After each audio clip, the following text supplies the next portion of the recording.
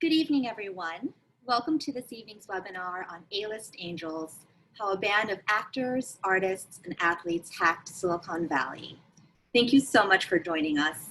Tonight's discussion is co-sponsored by Yale authors and made possible by the YAA's shared interest groups.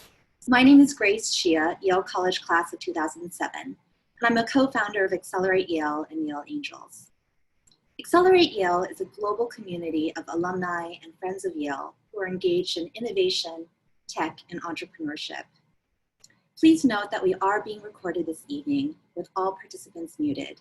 Tonight's session will be 1 hour, and we will reserve the final 25 minutes for your questions. If you have a question that you would like to submit, please do so via the Q&A button on the bottom bar of your screen. Before we begin our webinar, on behalf of the entire Accelerate Yale leadership team, I'd like to take a moment to acknowledge the pain our country is experiencing around the death of George Floyd. As an organization, Accelerate Yale is committed to inclusiveness and to reaffirming the belief of equality for all races, genders, and sexual orientations. If you would like to help us advance these ideals, we very much welcome your suggestions and ideas. And now, I have the pleasure of introducing our featured speaker and moderator for this evening, both of whom I'm honored to call friends. Adam Brenner, Yale College class of 2005, is a partner at Perkins Coie and my co-founder at Accelerate Yale and Yale Angels. He represents private equity funds, technology companies, and venture capital funds based in the US and abroad on their financings and other corporate transactions. Adam particularly enjoys advising companies and lead investors on strategic company growth, especially national security-related technology companies. He also has extensive experience working with emerging growth companies and investors on structuring transactions around international trade matters. Adam serves on the board of the Crichton Foundation and the Henry Street Settlement Young Collectors Committee. He's also a Yale Library Associate Trustee and a member of the Atlantic Council. And our featured speaker, Zack Greenburg, Yale College class of 2007, is Senior Editor of Media and Entertainment at Forbes and author of 4 books. His latest, A-List Angels, the topic of tonight's discussion, was published in 2020 by Little Brown. Previously, he penned 3 Kings, Michael Jackson, Inc., and the Jay-Z biography, Empire State of Mind. Zack's work has also appeared in the New York Times, Washington Post, Vanity Fair, Vibe, Billboard, Sports Illustrated, McSweeney's, and the Library of Congress. He's been a source for BBC, NPR, MTV, and 60 Minutes, and a speaker at South by Southwest, CES, TEDx, Princeton, and Harvard. And on a personal note, in addition to being a friend and former classmate of Zack's, I'm a huge fan of his writing. He is a phenomenal storyteller, and we are so fortunate to have him with us tonight at Accelerate Yale. And with that, I'm pleased to hand the floor over to my co-founder, Adam. Adam and Zack, welcome. Thank you so much. Thanks for having me.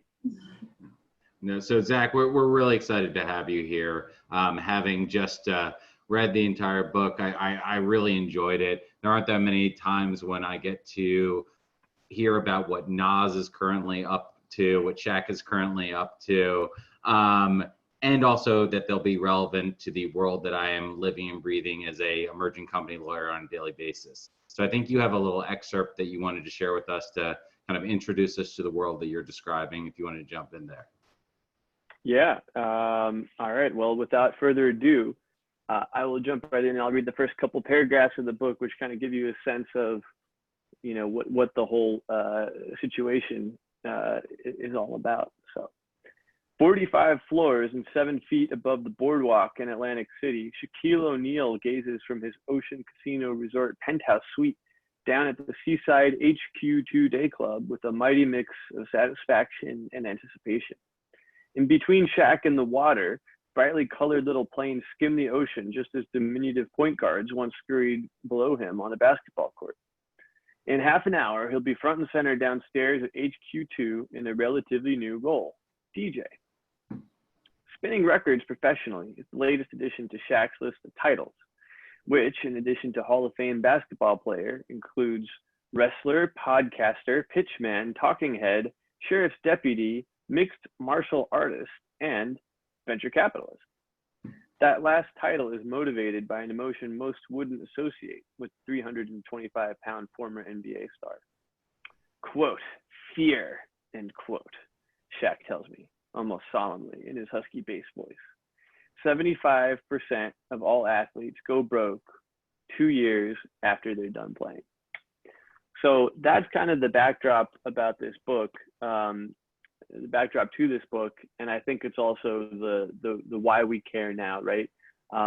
It's a story of athletes, actors, musicians, many of them minorities who have not only done well for themselves, on the court and on the field and in the studio and so forth, but have now taken that wealth and that fame and parlayed it into stakes in some of the hottest startups in the world, from Uber to Airbnb to Spotify. I guess all publicly traded now or close to it. Wouldn't even call them startups anymore. But the fact is, Shaq, Nas, Sophia Bush, Ashton Kutcher, Steve Aoki, all these folks have used their platforms to get in on this ownership aspect of things that had previously been reserved for kind of like behind the scenes operators and not the talent. And that's creating this new path toward generational wealth, not only for musicians and athletes and so on, but for the communities of people who look like them, people where they came, from where they came from, to see an avenue that maybe they didn't know existed before. And I think that's kind of the core of what's going on in this book, in addition to, hopefully being a rollicking tale of sort of the latest and greatest in Silicon Valley.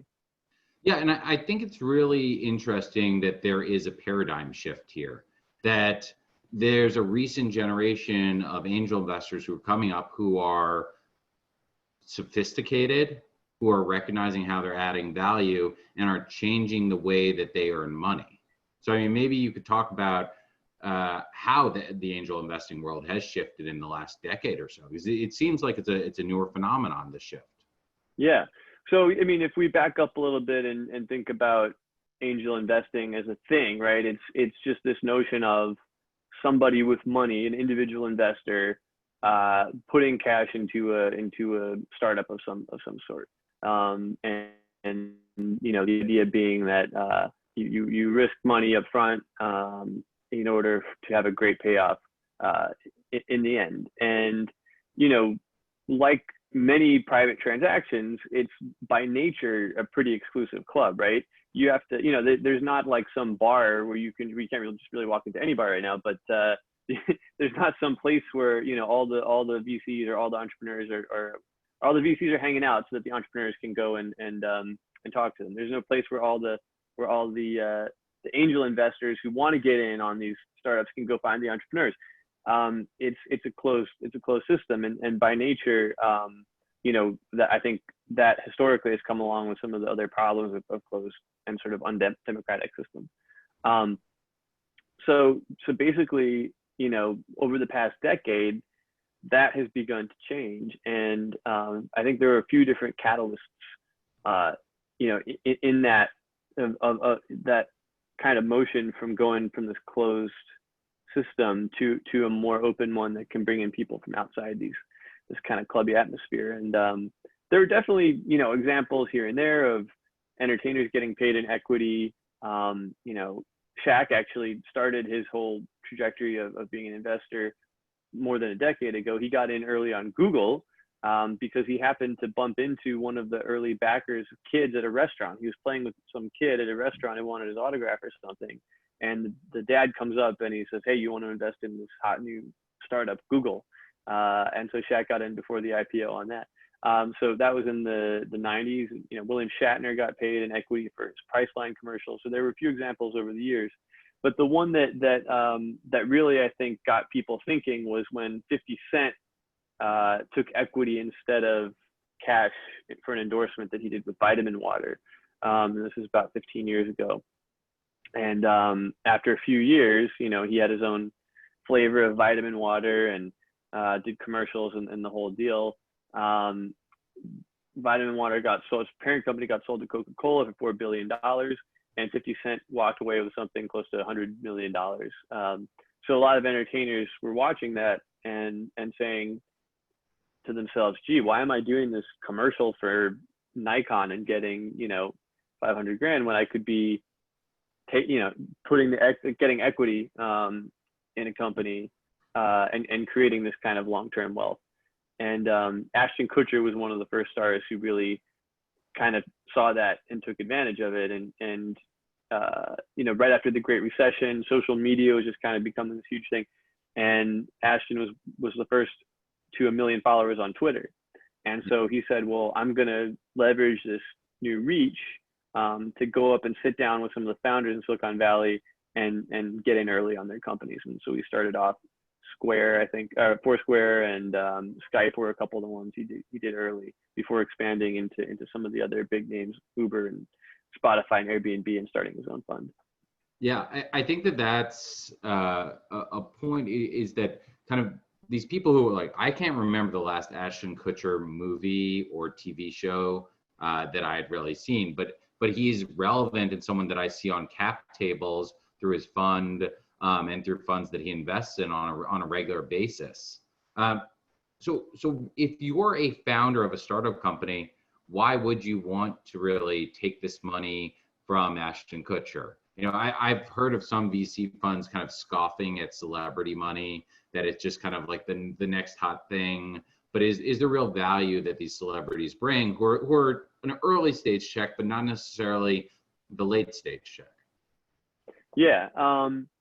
You know, I think there are a few different reasons why it's valuable. And, you know, one of them is for early stage, and especially, you know, let's say a decade ago, when you had an early stage startup and you wanted to get users, you know, gosh, like, wouldn't it be great if you had the first, you know, the person with the most Twitter followers in the world tweeting about your company to kind of create attention around it and drive users over.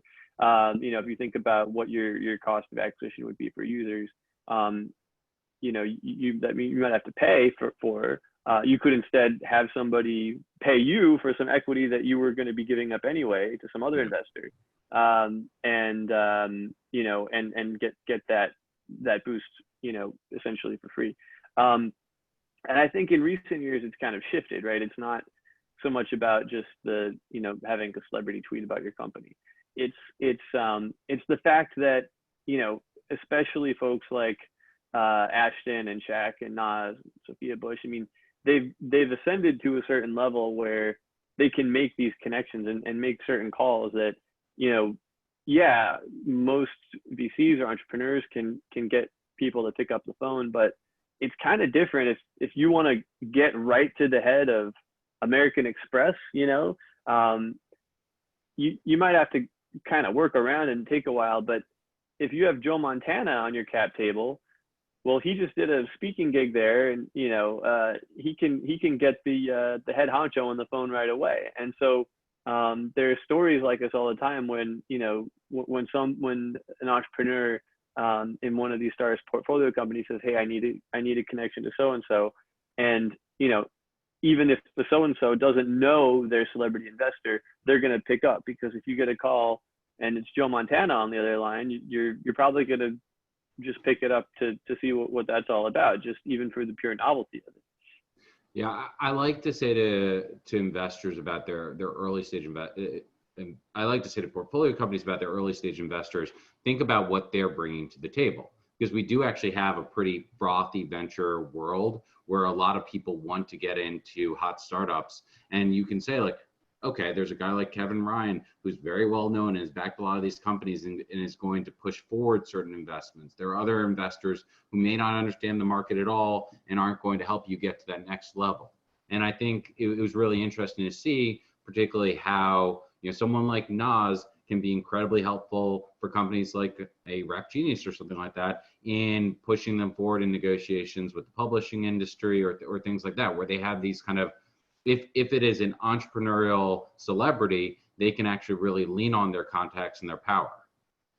For sure. I mean, and Nas with Rap Genius, now known as Genius, is a fantastic example of that. So yeah, that's a company that was founded actually by 3 Yaleys.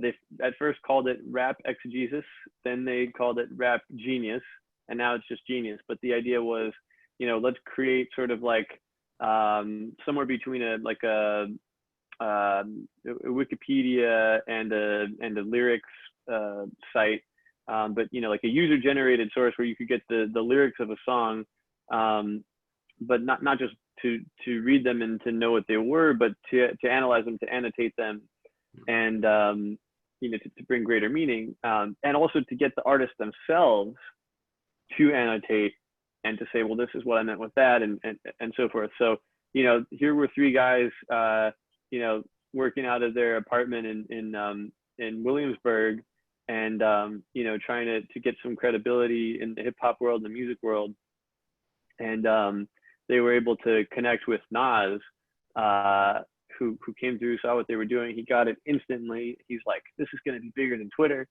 You know, probably not actually, hasn't quite gotten there, but you know, nevertheless, has gotten to quite a good place. So Nas came in, invested. Ashton Kutcher came in, a whole bunch of other folks in that world, and you know, Nas really gave them the credibility to start this program of having verified artists on the platform, much like you have on Twitter or Facebook or Instagram with the blue check marks. There's a little verified badge that you get on Twitter if you're an artist, and you can go in and annotate your own lyrics. And Nas actually said that, you know, in addition to adding his own comments, and some of them are video comments, some of them are text, but you know, he was learning new things about his own lyrics from some of the crowdsourced comments on them. But he also helped out, and some of the other investors helped out with issues in terms of the publishing world, because music lyrics are considered like a copyright, like you know, just as an audio recording, you know, there are limitations on what you can use.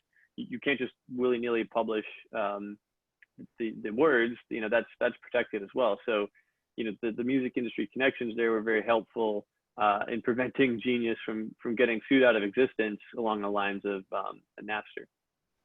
Yeah, I was surprised that certain of these angel investors, whether it's Ashton Kutcher or Nas, actually highlight the investments that they passed on, because they're also saying, how am I a value add to this company that I'm jumping in on from an early stage? And there are some that may not make sense for me. Like you know, Nikon might make sense. You know, different vitamin waters or consumers marketing plays could make more sense, or music companies could make more sense, but maybe I'm not in SpaceX or something like that. Although SpaceX is pretty amazing. Yeah, no, that's a great point. I mean, you know, generally it has to resonate. Sometimes it resonates in ways that you don't realize. But yeah, Ashton, for example, he passed on there was some drone maker that really wanted him. He loved the idea, but he was like, I don't know what value I could possibly provide to a drone maker.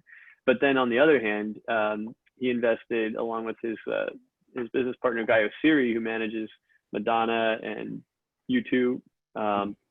They invested in this thing called Cowler, which is like a Fitbit for cows. And you put it around, it's a collar, and it measures sort of like the biometrics of the cow. How is the cow moving? You know, is there a change in its motion? And it can actually tell if the cow is injured or sick or pregnant, or ready to be milked, like at a greater rate than a farmer can. And it's a whole software system that can tell you these things ahead of time. So you can actually take preventative measures, or you can get out ahead of things instead of having to be reactive. And, you know, you might say, like, what does Ashton Kutcher know about cows? That's a good question. He was a butcher at one point in high school. So, you know, he did come from Iowa. So there's a little middle America connection, spent some time around cows. But the value that he really provides is to be able to do things like go on Colbert. And when Colbert asked him about some of the startups he invested in, he said, "Oh, I'm invested in Fitbit from cows." And Stephen Colbert is like, "What is Fitbit for cows?" And so he went on this whole thing on, you know, national television, explaining what Cowler was and why it was important. So that that was free. That was like probably millions of dollars worth of free advertising for this thing. And I talked to the founder of this company for the book, and he said that basically after the Colbert experience, they were getting just bombarded with requests, and they had a wait list 10,000 farmers deep for their product, and so it's just things like that when you never really know how it's gonna work out positively. Yeah, I think one point that I'm finding really fascinating is the typical idea of private equity, venture capital as being a very rarefied world where only a few people are getting into it from a specific background. They're coming from Yale, they're coming from Harvard Business School, and they're getting into this world because they learn traditional investment values and they're going from there. Your book seems to highlight, especially people like Nas, who are coming from completely untraditional backgrounds, but because of their entrepreneurial nature are able to break in and become part of these party rounds that are transforming companies. That's right. And, Nas is not necessarily going in there and, crunching Excel sheets, but he understands things. Like he understands marketing, he understands music in like a fundamental way that sometimes some of the suits don't. And, his manager, a guy by the name of Anthony Sala, who was on our Forbes 30 under 30 list, and is similarly kind of like self-taught and street smart. He was like, look, there are a million MBAs out there in this world, but what's missing are people who have that feel for the consumer, right? And he even cited an example when he brought he was going to pass on Casper, the mattress company. He got opportunity came across his desk, and he was going to turn it down, but he sent it to Nas, and Nas was like, hell yeah, I grew up in New York. Mattress comes in a box and pops out. Like, that's amazing. Are you kidding me? And they invested, and it turned out to be like an incredibly valuable company for them. So there is that element of like just approaching things from a different perspective that you get when you bring on somebody with that kind of a feel. And one thing that I noticed along those lines was also a kind of democratization of the capital raising process through things like Y Combinator, where people know where to put their companies into, to apply. You don't even need to go the traditional university world. In fact, maybe going to the traditional university world is the wrong direction, says potentially Peter Thiel or someone along those lines, that you should be going out and getting access to these angels through programs like Y Combinator, through different accelerator programs that are available in a lot of different cities. Yeah, for sure. And and that's been another nexus, Y Combinator, of some of these folks. Like, you may not know if you're a celebrity investor, the nuts and bolts of how a company is really going to be the next huge thing. You may have a hunch, but if you go and hang out at Y Combinator and you see that Andreessen Horowitz or Sequoia is jumping on something, you can be pretty certain that in the worst case, you're at least following the advice of the smartest people in the room, right? If you're making a bad decision, you're making it along with a lot of people who have thought it through, like, very carefully, professionally for their most of their adult lives. So it's almost like a sort of pre-approval that if you come out of Y Combinator, if you're a startup, it's probably something at least worth tossing some money into. But I think one of the other things with these celebrity investors is that because of who they are, founders and other VCs are more amenable to letting them put in much smaller checks than they might from regular old institutional investors, right? If you're Ashton Kutcher or Nas, and you want to be putting in checks of like low 5 figures, so that you can spread around to a suitably diverse portfolio, that's okay, and because people are going to want your money because of the strategic aspect and the value you bring. Whereas if you had to come in like a regular VC and you were having to write, $1 million check each time, maybe, even these guys who are doing very well are not, that rich, right? And that's also, suddenly your portfolio becomes, way more this risky stuff than it should be. And, even for entertainers, yes, it's great they're getting into this stuff, but, there's also, it's important that they keep in mind, like, it's all very risky, and any good money manager, especially one who deals with entertainment, would say limit that exposure to like maybe 10% of your overall portfolio max, and put the rest in, stocks and bonds, money market, safe stuff. Because, above all, I mean, if you're an entertainer, your career is going to be pretty unpredictable. As we've seen with the current situation, nobody's touring. Like, nobody's touring for at least the rest of the year, if not longer. Nobody's playing sports. And so you got to have your rainy day fund, and it can't all be locked up in startups. Well, and just because you get a celebrity investor or they get behind it, it's not necessarily that company is going to IPO and be a huge success. That was, I think, one of the big tales of your book, is that just with celebrity backing, and I think we actually may be even seeing that right now with Quibi and things like that are very well funded, but the product still needs to sell and still needs to draw in users. For sure. And, the startup atmosphere is littered with the carcasses of really great ideas that turned out to be not, it's the Uber for whatever. I mean, Blackjet was one. It was supposed to be the Uber for private jets, and it had, I think a couple of the Uber founders or early Uber folks, along with Jay-Z and Will Smith and Ashton and some of these folks, and it didn't fly, as it were. If you're wealthy enough to be wanting to fly private, it turns out you actually want your own plane.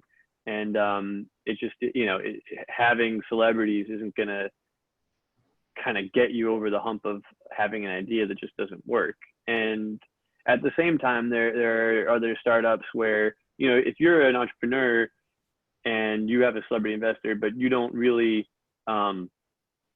delineate and sort of incentivize celebrities to do stuff for you, they might just sit around and not do anything and hope that it does well and they get their payday, right? When you're setting up these deals, if you're smart about it, what you want to do is to make sure that there are certain benchmarks or things. If you want them to be tweeting about your company, you got to specify that when you sign the deal. If you want them to be making calls, you got to specify that too. And sure, there are people like Ashton Kutcher who are like really hands-on, and will work for you, no matter what. But, a lot of times you got to kind of make sure that it's clear what's expected, because not everybody's going to be like that. Yeah. So despite the where the Dow is sitting at, we are in a time where unemployment is hitting a really high rate, where we're in kind of another financial crisis, where a lot of VCs have kind of shuttered, or at least are taking a pause, even if they're not saying that, which harkens back to about a decade ago, and which also harkens back to 2001 and the bubble bursting there. Have things changed? Is there, angel investors, I think, were impacted in all these cycles, but are we dealing with a different angel group now? Yeah, I think that a lot of people are sitting on a bunch of cash, and the folks I talked to for my work at Forbes, I think that there was a sense for a year plus leading up to this that we had reached kind of the top of the market. And so, there were these kind of warnings, and there was a sentiment of caution and, wanting to keep some cash in reserve. So, I think that what you're going to see as all this stuff starts to shake out, is that, the smart VCs and the ones who are really prepared are going to go and, kind of pick the low hanging fruit, like pick what's on sale, and get back in again. And, if you look at the last cycle, when everything looked really terrible in 2008, 2009, that's when most of the deals were made that are looking really great now. I mean, in those couple of years after, that's when Ashton Kutcher got into Airbnb and Uber and you know, in those few years following the recession, and was able to get, you know, double, like, you know, I think their first fund, A grade, they had an 8.5x return on their $30 million fund. And, you know, buried in there where I think they got 100x on Uber because of how early they got in. Yeah. And you know, maybe it was 50 on Airbnb. So, you know, and as you know, in the VC world, it's not like baseball. If your batting average is, you know, 150, you could be a Hall of Famer in VC as long as those 150s are home runs, you know, or grand slams. So Yeah. it's not about, you know, like you could fail on the majority of your investments and still, you know, be a legendary investor if you hit on the right ones. Absolutely. I mean, and going back to the point that you were raising about, you know, this being an opportunity, I think you're right. As people dedicate more and more of their portfolio towards venture, family offices are starting to say, like, that should be a part of what we're investing. I think that there's a lot of opportunities. I'm seeing down round term sheets on an almost daily basis as people are starting to say, like, listen, the market's tough and you're going to need to raise for a longer period. And I think it's a real opportunity for angel investors. Or for sure. Yeah, and I think on the flip side, it's, you know, a lot of founders are in the position of, do I raise a down round or do I sell? You know, maybe for less than I was hoping. And you know, either way, there are going to be investors who are going to be, you know, on the one hand, keeping some really good companies afloat, or, you know, or buying them out and getting pretty good deals at the same time. Yeah, or do I potentially bridge with an angel? Like that's right. The other thing. You know, some companies that I work with just want to get to the fall or want to get into 2021 and turn the calendar page because they think that then they'll be able to prove out the model and be sprinting in a different direction. 100%, and that definitely seems to be the prevailing sentiment, you know, amongst the folks that I talk to as well. So I understand that maybe for some of these people, the traditional route to VC has been undermined a little bit. There are still people graduating from our alma mater and going and working at XYZ fund and then going to business school and then going back to the other fund. But with these kind of new angels, are they also creating new opportunities for the communities that they're coming from? For sure. And, you know, we alluded to that earlier, but I think that there are a couple of different initiatives that we're seeing that are really, you know, very directly impacting underserved communities, underrepresented communities. And I think a good example is the Cultural Leadership Fund, Adam Andreessen Horowitz. It's got all Black LPs, and the carry and the fees on the fund all go to charities that nonprofits that pull more African Americans into the tech sector, which is, we all know, the numbers are pretty woeful right now. You know, there are other funds that are operated by people who aren't quite as bold-faced names. A good example, I think, is Backstage, which is operated by Arlen Hamilton. So she used to be a music manager at magazine publisher, and she saw that, you know, just the vast underrepresentation and sort of the inequity in the way that capital is being allocated.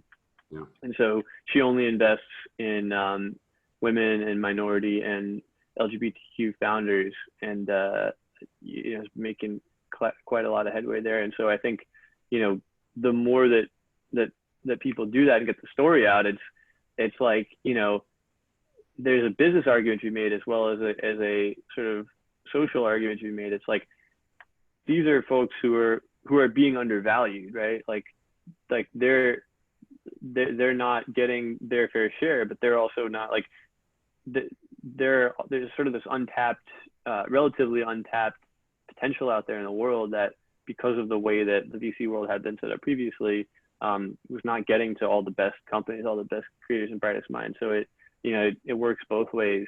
And I think it's definitely starting to take hold. And, you know, like I was saying before, the more this happens and the more it get some of these folks into the room where it happens and creates role models who, you know, when the kids in the communities that they grew up in can see somebody, you know, who looks like them made it, somebody who was able to go into the situation, that maybe they want to do it too. Yeah, no, and I've seen that with a lot of different investors who have had success and then go back to their own community or kind of where they're from, like investors like Somac at Armory Square Ventures, who is focused on kind of the upstate New York, Armory Square, Buffalo world. They probably wouldn't have had wouldn't have had venture capital flowing into it. He's made a real point. I also think it's interesting, like what Brad Feld is doing with his Foundry Fund to funds, where they're investing in seeding other funds and especially encouraging both diversity and founders and investment teams that kind of take a different approach in non-traditional markets. Sure. Grace, how are we? I think, are we good on time? Can I keep jumping in with Zach, or I saw some questions coming along here? We do have some questions. If you'd like to maybe ask one more question of Zack, and then we'll open it up to the audience. Yeah, I mean, I guess who do you think is the next up and coming angel who we aren't expecting? Is there anyone out there? I know in your book you're talking about a lot of characters, but anyone who's really been surprising you and we should all be watching out for? Yeah, you know, I think that most of the attention has gone to Ashton Kutcher and to some extent Nas. You know, I'd say Serena Williams is really making a lot of moves. She's got her own fund. She's in on Coinbase and a bunch of other stuff. Kevin Durant is another one. And then Jay-Z, who, you know, he kind of fell behind his old rival Nas on the VC front, has been kind of, you know, sort of quietly overtaking him, I think. And he's got a fund, Marcy Venture Partners, that raised, I believe it was 85 million for a fund last year. And they've got most of it, you know, on the sidelines, and they're starting to, you know, starting to pour it in.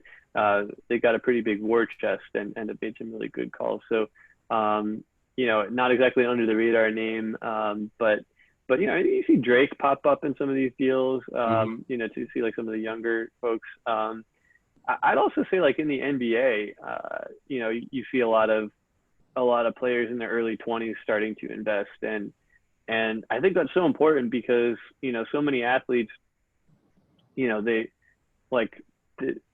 know that they're only going to play for a decade if they're lucky, but that's when they got the most juice, right? Is while they're playing. So if you're getting into investing, you want to know that you can use that juice while you have the juice, right?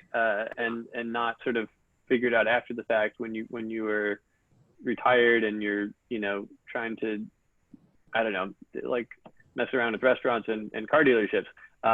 You know, and so I think also the leagues are getting pretty hip to a lot of this stuff and having investment seminars, trying to, you know, to get their players kind of moving in the right direction. So yeah, I mean, the NFL, there are a lot of guys, you know, Bobby Wagner on the Seattle Seahawks is another really good one. Todd Gurley. I mean, you know, it's amazing. The more you dig into it, the more it's kind of like, you know, almost like a prerequisite. You know, once you've achieved a certain level, this is just the thing that you do. I think that's how it should be, because, you know, that's kind of how we get from a place of entertainers, athletes growing old and dying penniless to, you know, to going to a place where they have the security and they have this kind of generational wealth. Absolutely. Well, thanks for that. Let us jump over to some questions from the world out here. Thanks, Adam. And thank you, Zack. So Zack, because you just brought up sports leagues, would love your thoughts. This is a question from Jordan about Spencer Dinwiddie. And if you want to talk about, you know, sort of this professional athlete investment token paint and this broader push to tokenize sports contracts, and what your thoughts are on that phenomenon. Obviously, it's not a new precedent, right? In '97, you had David Bowie, who was selling Bowie bonds, right? So I think it's just sort of an interesting phenomenon. Would love your thoughts. Yeah, it's a fascinating one, and I didn't get into it really in the book, but I think that, if you are, I think the key is, if you're an athlete or if you're an entertainer, you have to figure out ways to diversify. And if if you're just reliant on like an old-fashioned contract and that's it, you're not going to really be able to achieve that to the same extent. So I think, I think there are a ton of different ways of doing that, and you could argue whether they're good ideas or not. But I think it's great to try and float it and experiment and see what works. And and it's kind of a lot of times what happens in startup investing, right? The old spray and pray strategy. But no, I think it's great to have a lot of different ways of monetizing what one does, and to figure out what the best options are, and then to repeat them going forward.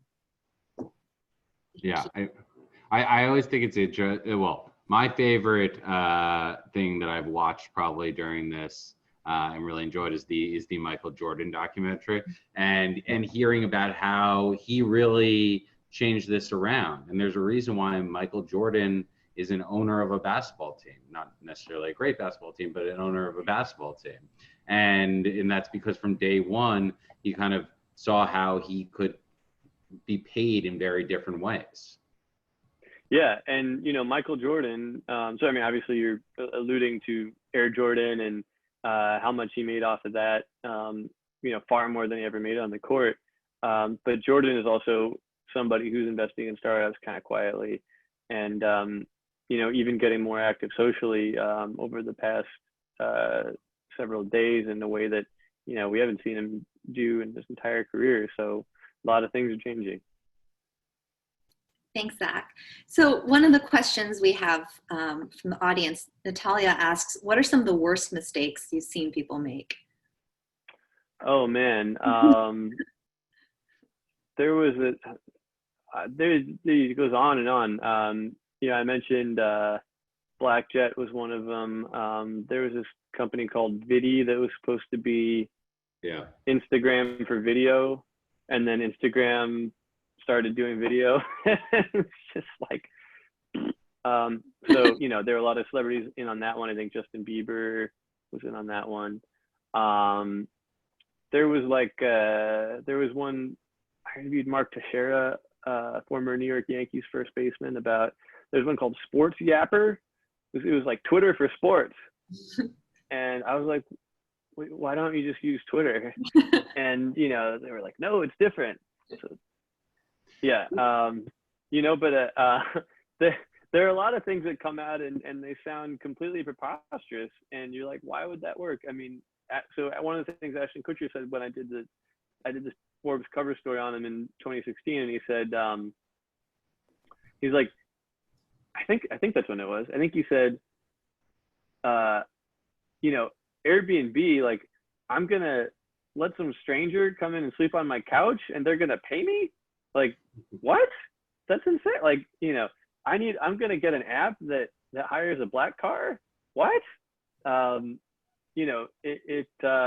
lot of these things, and he said they start out sounding crazy, and if it doesn't sound a little crazy at first, then maybe it's like not that great an idea. Right. I think from a failure standpoint, it's also interesting, Zach, to think about people like Jay-Z or who are building Tidal, who are kind of creating their own product. And, we'll see how Tidal does, but some of these are not necessarily going to be successful, even though they have the biggest names around the table who actually know the sector. For sure. And, and that's the thing, is something we didn't really talk about, but, it's one thing to invest in Spotify, right? Like Diddy invested in Spotify. it's another thing to create your own thing. Like Dr. Dre created Beats, and it became this multi-billion-dollar company that got bought up by Apple, $3 billion. Or in the case of Jay-Z, he went out and bought his own streaming service, Tidal, which is publicly traded in Scandinavia. He plopped down, $55 million to get it with some partners, and and the idea was to create an artist-owned streaming service. So there are definitely different ways about, ways you can go about doing it. Doesn't mean it'll work, but certainly the riskiest but sort of highest reward path to creating vast wealth is you start the thing yourself, you keep a huge chunk of the equity, and you really go all in on it. And then if it takes off, you're a billionaire. And that's what happened with Dr. Dre. He's not quite a billionaire, but I mean, he's, he might as well be. Kanye West, what he's done with Yeezy, became a billionaire due to the value of that brand, and the ownership. He owns 100% of that brand. So it all depends. And I think there's a similarity between founders and entertainers in their careers, right? It's like you start a company. At some point, you have to decide to quit your day job. You have to fund your company. Like either you have to take investment or you bootstrap it. And it just depends on your circumstances and how much you want to give up. Similarly, if you're a musician, when do you quit your day job? Do you sign a record deal? Do you stay independent? A lot of these similar questions happen. So I think, in a funny way, entertainers are suited toward this area of the world more than one might think they'd be. Thanks, Zach. So we do have a couple of questions around the process of investing. So for example, Jeffrey asks about the relationship between celebrities directly investing in opportunities and talent agencies investing through their venture arms. For example, UTA Ventures, Evolution Media, CAA.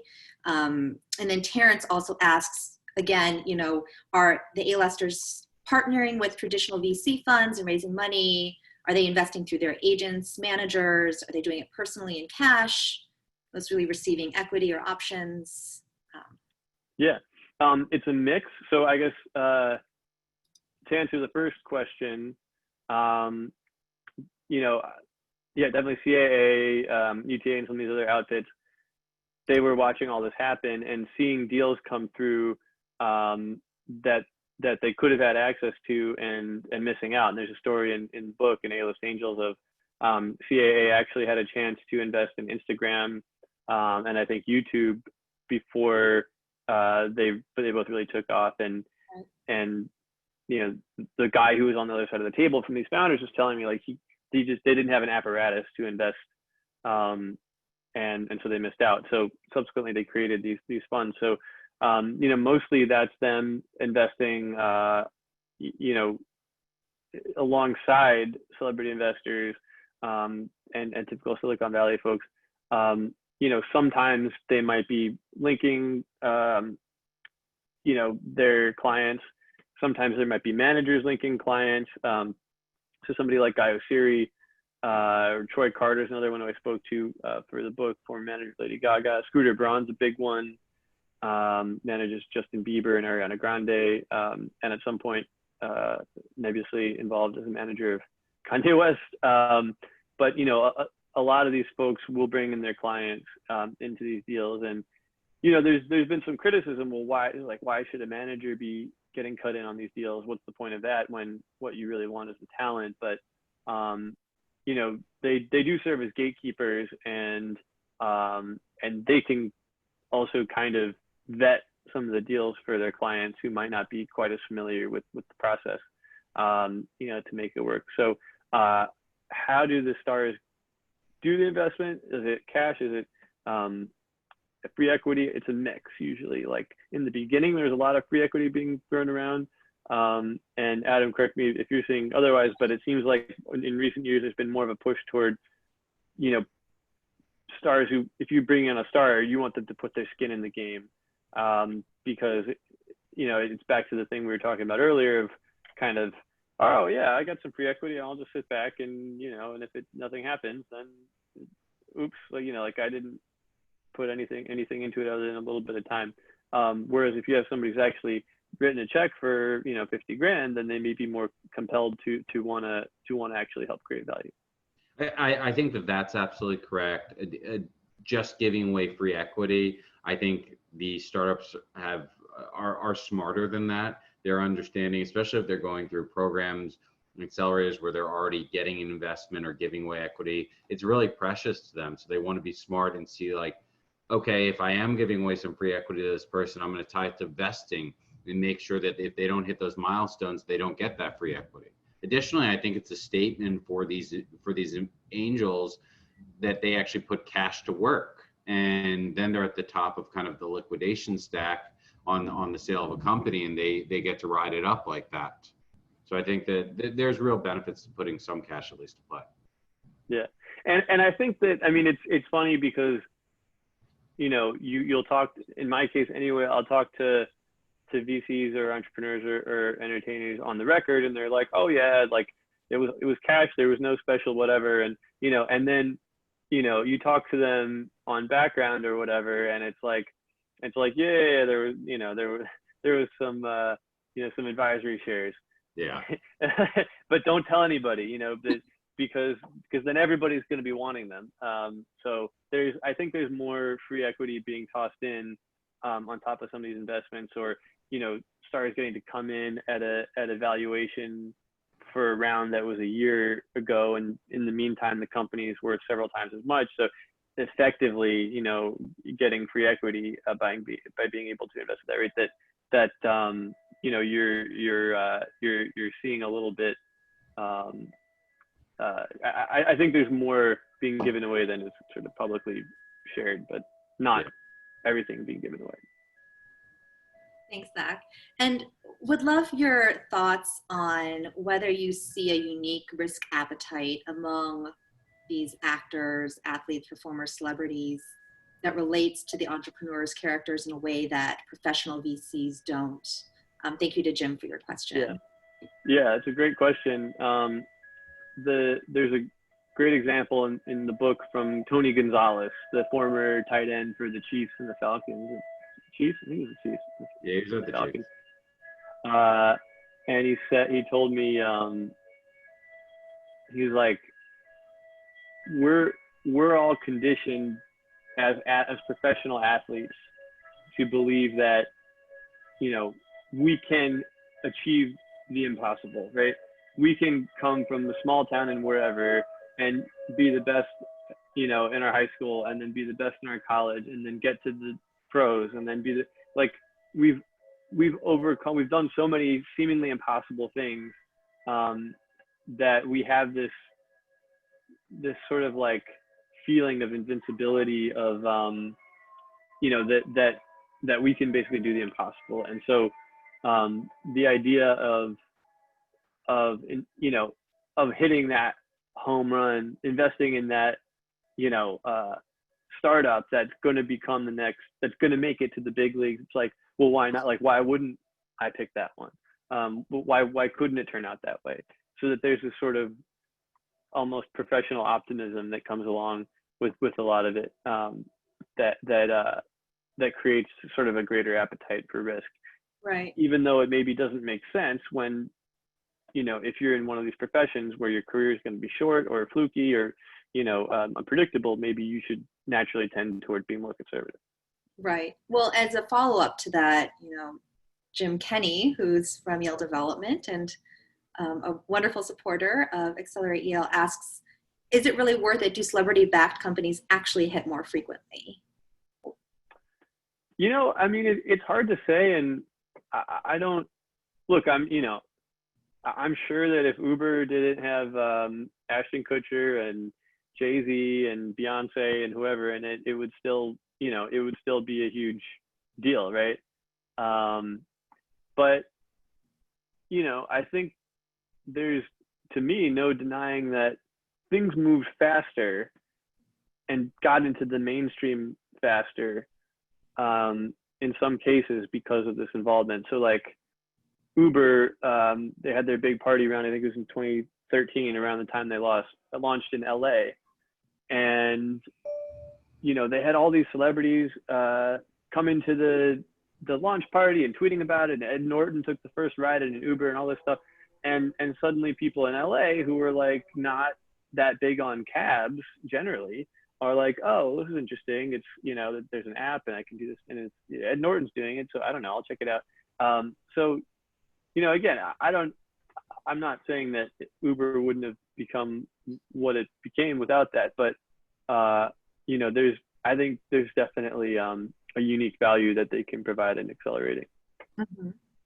And you talked a little bit about this current environment with COVID. Sports teams are not playing. What are your views in terms of how the situation is impacting angel investing and investment patterns? You know, are they changing? And that's from Habibullah. Thank you. Yeah, I mean, you know, I think to some extent, if entertainers have less expendable income, it might mean that they're spending less on angel investments. At the same time, you know, is LeBron James not going to invest in a startup now because he didn't get his last check of the year or something? I don't think so.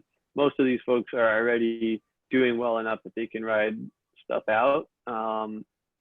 So, you know, I would think that for the most part, you know, the angel investing world would be, you know, not impacted in the long term, but maybe a little bit in the short term, but not that badly. I don't know, Adam, what do you think? Well, I think it's interesting because there's one area that you speak about in the book where they actually don't need live sports, the growth of esports. Like things like that have been booming in this time, like these A-list angels are also putting money into. So I think there are new opportunities here. There are down round opportunities. I think, you know, in the last couple of years, companies have been getting hot and receiving funding so quickly that maybe the angels weren't needed. But I think as companies maybe struggle a little bit more now to get off the ground, these angels can be a really great resource and will be finding opportunities themselves to invest at low valuations. For sure. And yeah, that's a great point that you mentioned esports.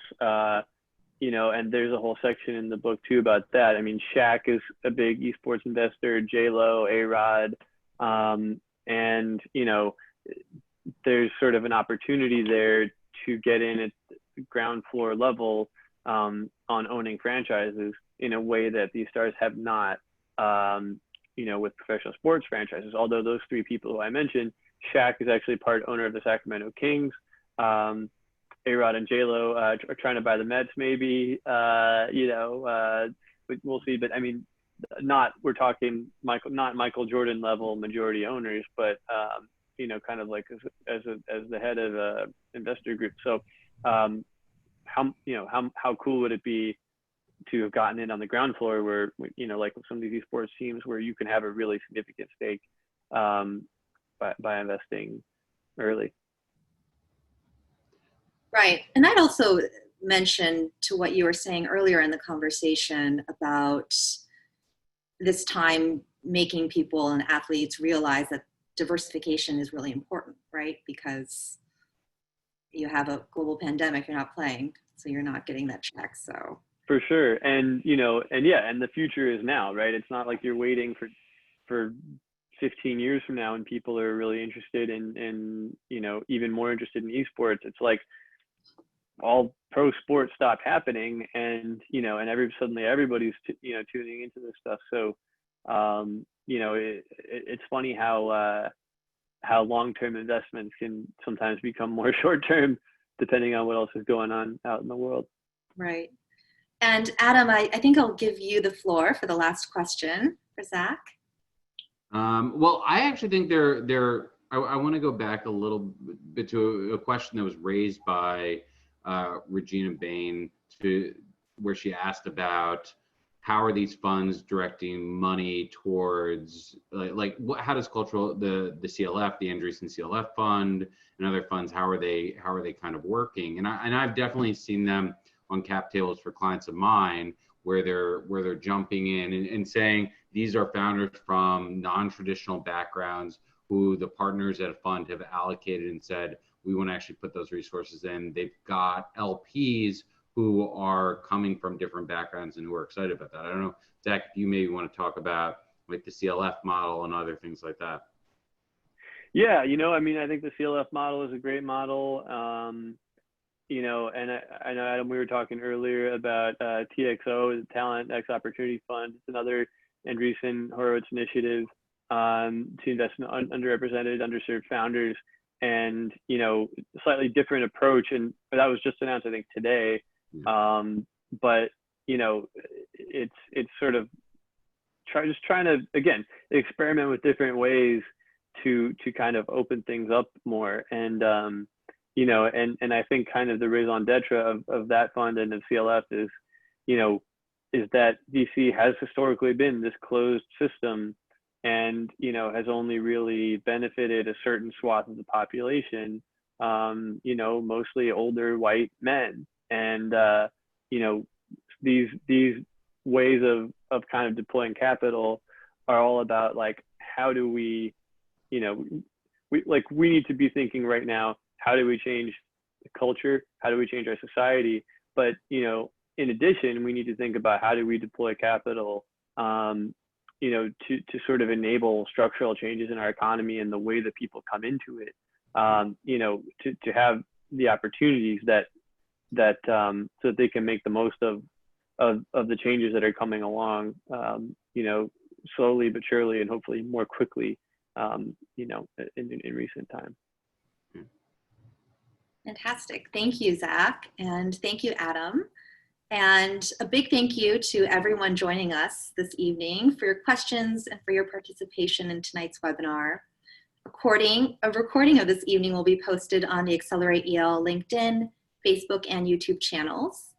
And we're looking forward to bringing you more virtual programming in the coming weeks with our next webinar next Tuesday, June 9th, featuring the 4 winners of Startup Yale. And that session will be co-sponsored with the Tsai Center for Innovative Thinking at Yale. We hope you will join us. And once again, thank you very much to Zach and Adam for a very illuminating conversation. Hope all of you enjoyed it as much as I did. Thank you, Adam. Thank you, Grace. And thanks to the audience. Be safe out there. Absolutely. Thanks a lot, Zach. Thank you, All right. Zach. Take care.